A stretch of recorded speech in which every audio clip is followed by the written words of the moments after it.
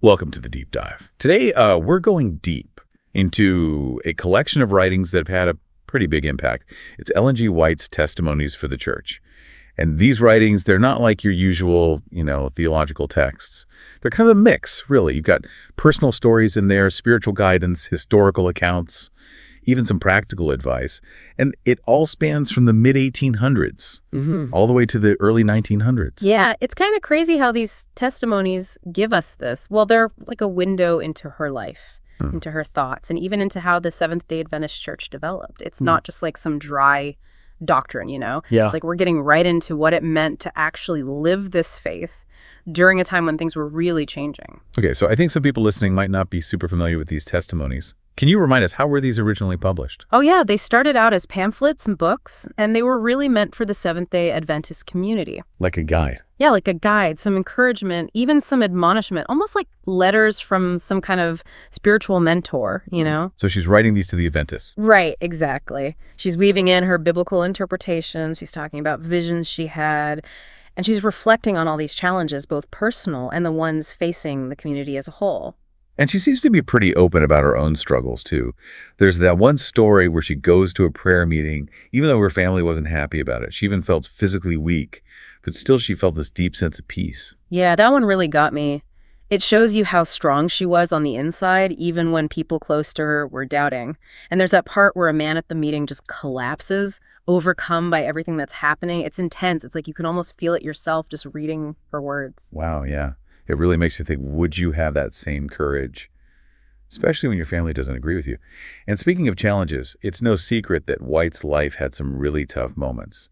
Like when her husband, James White, he was paralyzed back in 1865. That must have been a huge setback for their ministry. You'd think so, right? But Ellen G. White, she felt this incredible sense of duty to keep going.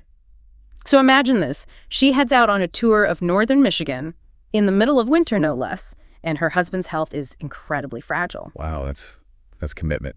Yeah. You really get a sense of how much this work meant to her. Like it wasn't just a job, it was a calling.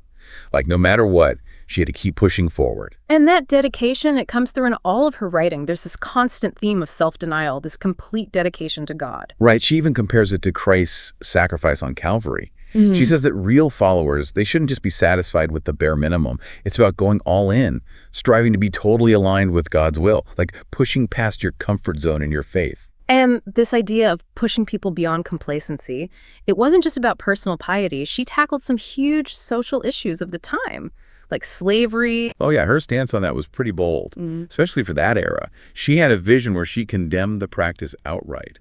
And she didn't shy away from criticizing both the North and the South for the roles they played in keeping slavery going. This was during the Civil War, a time when people were really divided. And her words, they cut right through all of that. It's like she was saying, hey, this isn't just politics, this is a moral issue. And God sees what's happening on both sides. That took guts. It sure did. And while we're on the topic of social commentary, her views on fashion were pretty interesting too. She was known for criticizing hoop skirts. Yeah. And advocating for modesty and simplicity in dress. She even brought up Bible verses from Timothy and Peter to support her point about modest clothing and connecting outward appearance with inner spirituality. It makes you think, how do trends and what society says affect how we express our faith today? It's so interesting how she saw those everyday things as being connected to something bigger, something spiritual. And it wasn't just about individual choices either. She had a lot to say about ministers and the church as a whole. Oh, she was definitely aware of the dangers ministers could face, especially the influence of what she called unconsecrated companions, people who might pull them away from their spiritual mission. And she warned against putting personal comfort ahead of the work of saving souls. She had strong opinions, for sure, but she wasn't letting the rest of the congregation off easy. She made it clear that sharing the message, it wasn't just the minister's job. All church members needed to be actively involved. Exactly. She wanted a more engaged and empowered community where everyone contributes, everyone plays a part. Now let's shift gears a bit and talk about her views on family life and education. Some of her advice might sound strict to us today, with a lot of emphasis on discipline early on and building a strong spiritual foundation. Oh yeah, she was a big believer in not giving into vanity and instilling responsibility in children from a young age. It's almost like she saw some of the challenges we have today coming, with instant gratification and feeling entitled. It's like she could see the future in a way. And there's this one part that always gets me, where she cautions parents about giving their kids too much control over their property, even kids who share the same faith. She argued that it could make them less devoted and lead to misplaced priorities, like they might end up more focused on money than on spiritual growth. It's an interesting take on wealth being passed down through families and the problems that can come with affluence, especially for people trying to raise their kids with strong spiritual values. It really makes you think, what are we leaving behind for the next generation? And I don't just mean stuff, I mean, what are we really passing on? That's such a good point. Yeah. And this actually leads us nicely into another big area she focused on, health and lifestyle. White was a huge advocate for healthy living, emphasizing good nutrition, exercise, fresh air. And all this was way before those ideas were popular. I know, she was so ahead of her time in a lot of ways. She even criticized fashion from a health perspective, saying that some styles restricted movement and were bad for you. And she went into such detail about preparing food and healthy eating habits. It's almost like she was writing a wellness guide, but 100 years early. It's amazing to think about. And she even connected health to spiritual well-being, saying that a healthy body helps you have a clear mind and a more receptive spirit. So it wasn't just about feeling good physically, it was about aligning your body with your spiritual goals. So she was promoting this whole holistic way of life. Yeah. We're taking care of yourself physically, mentally, and spiritually. We're all connected. And this actually ties into another key theme, financial stewardship and giving. Oh yeah, she was a big believer in financial responsibility, tithing, and giving generously to support God's work. And she directly compared this to how people, even back then, tended to focus on getting rich for themselves instead of supporting their community and their faith. It's like she was saying, it's not about how much you have, it's what you do with it. Yeah. And underlying all of this is this really strong belief in the importance of Bible study and personal growth. She wasn't just urging ministers to study the Bible deeply, but all believers. Right. She thought that understanding the Bible was essential for building a strong foundation for your faith. And she also warned about the dangers of becoming stagnant spiritually, urging people to constantly seek growth in knowledge and holiness. She even used this image of becoming spiritual dwarfs if you stop growing. Wow, that's a powerful image. It really emphasizes that faith isn't something static, it's an ongoing journey. It's about always learning, questioning, deepening your understanding, and pushing yourself to connect with God on a deeper level. And throughout all these themes, we get this historical context of the time. We see glimpses of how the Seventh-day Adventist Church was developing, the challenges they faced, and even some conflicts within the church itself. One example that comes to mind is when James White preached a sermon on sanctification, which ended up getting published in the Adventist Review. We also see descriptions of their work at the Battle Creek Sanitarium, which became this central hub for their health and ministry work. And it wasn't all easy for them. There were times when they faced opposition, even from people within the church who tried to undermine their work. Yeah, they were pioneers facing resistance. Trying to carve out a new path, their story is totally intertwined with the early history of the Seventh-day Adventist Church. So what we have here are these really rich and layered writings that touch on so many parts of life, from personal faith to social issues, practical advice, historical context. It's like a time capsule, giving us a glimpse into Ellen G. White's world and the challenges and successes of this new religious movement. And what's amazing is how these writings, while they're rooted in this specific time in history, they still speak to issues we face today. The calls for social justice, the focus on healthy living, the fight against materialism. These things are still challenging us today. It's almost like she knew what we'd be dealing with now, even though she was writing over a century ago. There's this timeless quality to her message, this agency that goes beyond the time she was living in. Before we move on and look at some of her specific messages and teachings, is there anything else that stood out to you from this overview of her work? You know, what really strikes me is that these writings aren't just for theologians or scholars. They're accessible to anyone who's looking for guidance, inspiration, or a deeper understanding of faith and how it applies to their life. It's like she's having a conversation with the reader directly, offering wisdom and challenges that anyone can connect with, no matter what their background or beliefs are. Exactly. And that's why I think exploring these testimonies can be so rewarding. It's not just about learning about Ellen G. White. It's about grappling with timeless questions about faith, purpose, and how we decide to live our lives. I couldn't agree more. And on that note, let's take a closer look at some of the specific teachings and messages in these testimonies. Stay with us. Welcome back to the Deep Dive.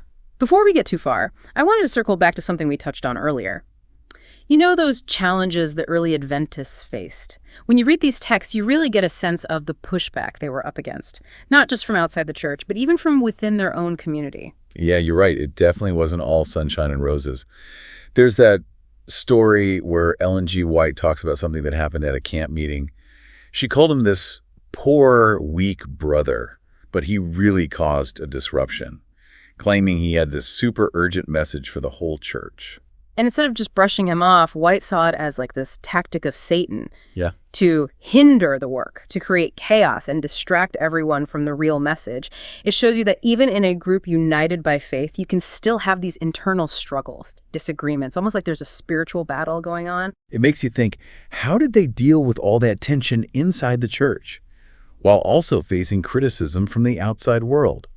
She even mentions people who questioned her authority and tried to discredit her visions, saying it was all in her head, or even worse, that she was influenced by demons. Yeah, she didn't back down from those people. In some of her writings, she straight up tells them to repent and come back to what she believed was the true path.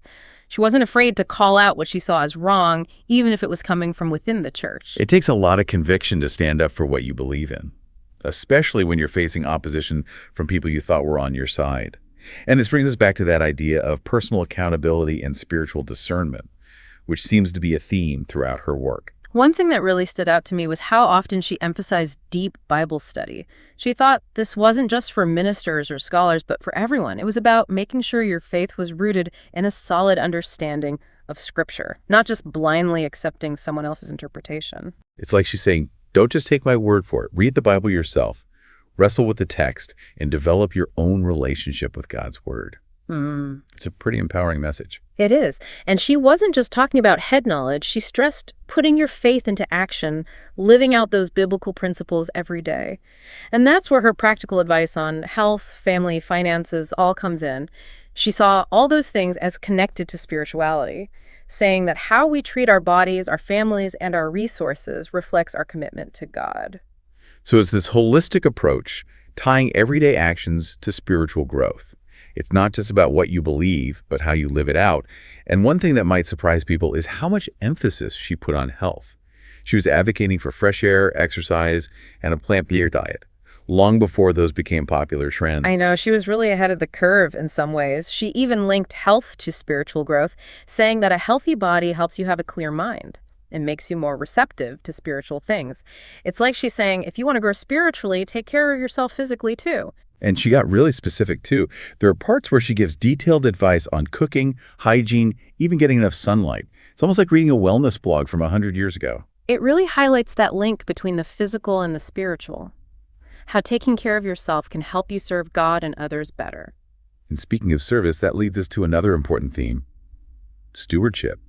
She believed that everything we have, our time, our talents, our resources, are gifts from God, given to us to use wisely and generously. And she was really critical of people who were obsessed with material things and chasing wealth just for the sake of it. There's one passage where she compares wanting riches to being drunk, saying it can be just as damaging and ultimately leave you feeling empty. That's a powerful image, especially in today's culture where wealth and possessions are often glorified. She contrasts that with how Christ lived, a life of selflessness and service. Exactly. She urged her readers to follow his example by using their resources to do God's work, instead of just piling up money for themselves. It's a challenge to think about what it really means to be generous, not just with money, but with our time and talents. She really stressed using those gifts to help others, to get involved in our communities, and spread the message of the gospel. She kept coming back to that idea of being doers of the word and not hearers only. It's about putting your beliefs into action, showing compassion, and actually serving others. It's about living your faith, not just talking about it. And this brings us back to her vision for the church. She saw it as this community that was meant to be a light in the world, a force for good, a beacon of hope in a world that often feels dark and lost. It's a beautiful vision, but it's also a challenging one. It's about recognizing that the church isn't just about saving souls for heaven. It's about changing lives right now, bringing healing, justice, and compassion to the problems people are facing today. It's about making a difference in the world, not just waiting for something better to come along. And she believed everyone had to be involved, not just the leaders. Everyone has something unique to offer, some talent or gift to contribute. It's a reminder that we all have a part to play, that we can all be part of something bigger than ourselves. Now, it's important to remember that some of Ellen G. White's views might be controversial today, especially her writings on things like clothing, entertainment, and the role of women. They reflect the time she lived in, and not everything she said has aged well. That's true. It's important to read these texts with a critical eye. And remember that they were written in a specific time and culture. We don't have to agree with everything she said to find value and learn from her insights. Exactly. We can appreciate her writings while also acknowledging that our understanding of faith and how we practice it can evolve and grow over time. It's about having these conversations, grappling with difficult ideas, and ultimately trying to figure out what truths are still relevant and meaningful in our lives and communities today. And that's what makes exploring a collection like this so interesting. It sparks conversations, makes us think critically, and challenges us to examine our own beliefs and how we live them out. It's not about blindly accepting everything she said, but engaging with her ideas, thinking them through, and letting them challenge us, maybe even inspire us to make positive changes in our lives. It's about taking those core messages of faith, service, and personal growth, and figuring out how they apply to us today.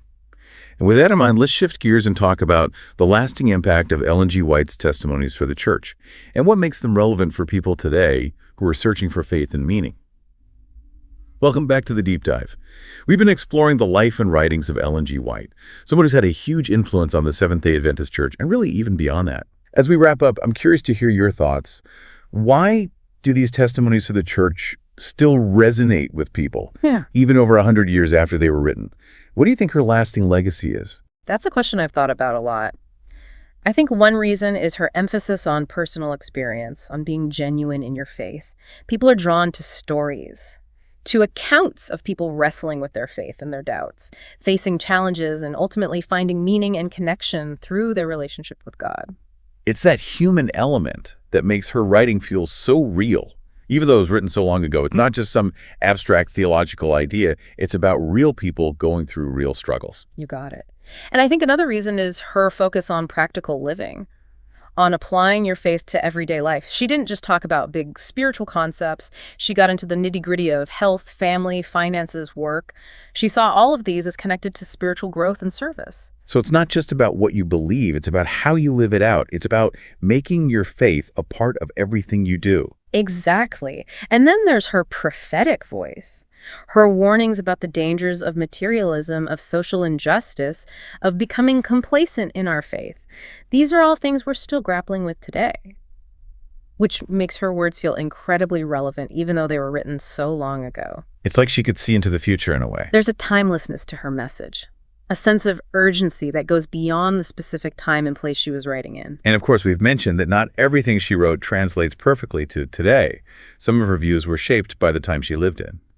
And we need to read her work with a critical and discerning mind. For sure. It's so important to engage with these texts thoughtfully and remember the historical and cultural context. We don't have to agree with everything to find value and insight. Absolutely. It's about having those conversations, wrestling with the tough questions, and trying to find wisdom that can help us on our own journeys of faith and service. And I think that's what makes Ellen G. White's Testimonies for the Church so powerful. It's not just a set of rules, it's an invitation. An invitation to explore, to ask questions, to grow in our understanding of what it means to follow Christ, especially in a world that's so complex and always changing. It's a call to live with intention, to be aware of the choices we make and how they affect us, our communities, and the world around us. And to remember that faith isn't about arriving somewhere. It's a journey, a constant process of learning, seeking, and trying to live our lives in line with God's will. That's a great way to put it. It really gets to the heart of what she was trying to say. Yeah. Well, we've reached the end of our deep dive into Ellen G. White's Testimonies for the Church. I hope this has been insightful and maybe even sparked some new thoughts for you. I really think anyone who's interested in faith, spirituality, and how to live out your beliefs in everyday life would find something valuable in her writing. Absolutely. If you're curious to learn more, I encourage you to check out these testimonies yourself. They offer so much to think about, to discuss, and maybe even find personal inspiration. And if you enjoyed this deep dive into Ellen G. White's world, be sure to subscribe to The Deep Dive for more explorations of all sorts of fascinating topics. We're always diving into something new, and we'd love for you to join us. Until next time, keep searching, Keep asking those tough questions Yeah. and keep diving deep.